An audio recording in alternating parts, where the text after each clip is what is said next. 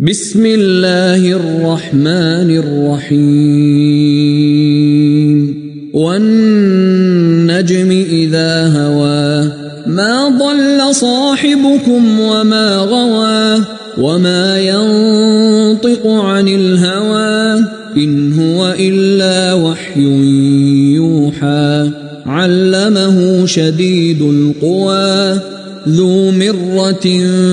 فاستوى وهو بالأفق الأعلى ثم دنا فتدلى فكان قاب قوسين أو أدنى فأوحى إلى عبده ما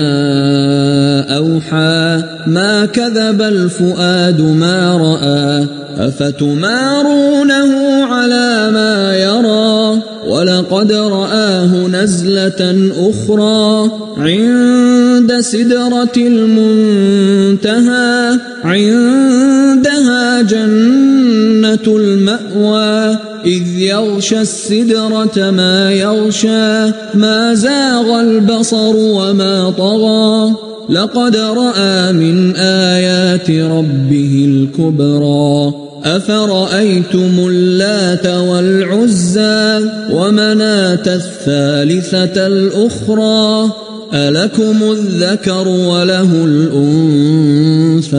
تلك إذا قسمة ضيزى إن هي إلا أسماء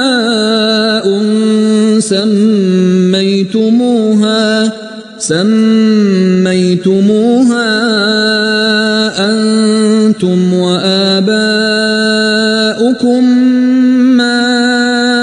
أنزل الله بها من سلطان إن يتبعون إلا الظن وما تهوى الأنفس ولقد جاءهم من ربهم الهدى أم للإنسان ما تمنى فلله الآخرة والأولى وكم من ملك في السماوات لا تغني شفاعتهم شيئا إلا من بعد أن يأذن الله لمن يشاء ويرضى إن الذين لا يؤمنون بالآخرة ليسمون الملائكة تسمية الأنثى وما لهم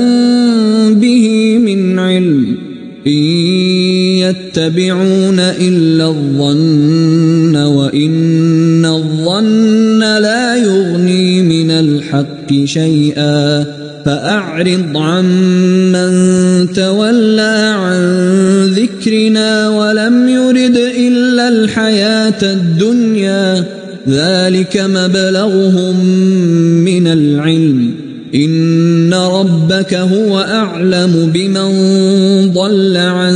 سبيله وهو أعلم بمن اهتدى ولله ما في السماوات وما في الأرض ليجزي الذين أساءوا بما عملوا ويجزي الذين أحسنوا بالحسنى الذين يجتنبون كبائر الإثم والفواحش إلا اللمم إن ربك واسع المغفرة هو أعلم بكم إذ أنشأكم من الأرض وإذ أنتم أجنة في بطون أمهاتكم فلا تزكوا أنفسكم هو أعلم بمن اتقى أفرأيت الذي تولى وأعطى قليلا وأكدى أعنده علم الغيب فهو يرى أم لم ألم ينبأ بما في صحف موسى وإبراهيم الذي وفى ألا تزر وازرة وزر أخرى وأن ليس للإنسان إلا ما سعى وأن سعيه سوف يرى ثم يجزاه الجزاء الأوفى وأن إلى ربك المنتهى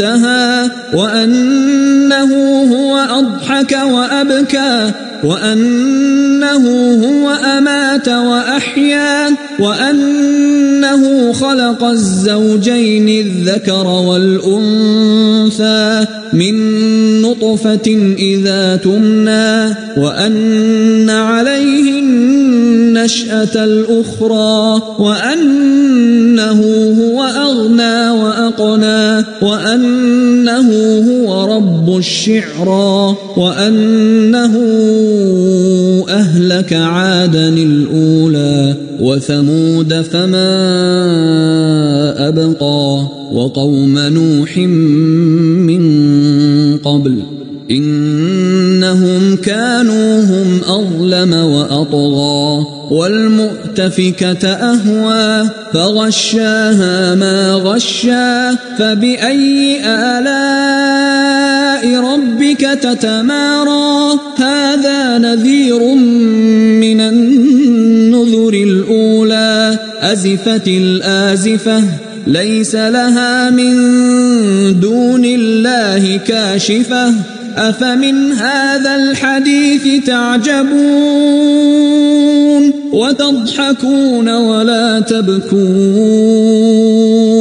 وأنتم سامدون فاسجدوا لله واعبدوا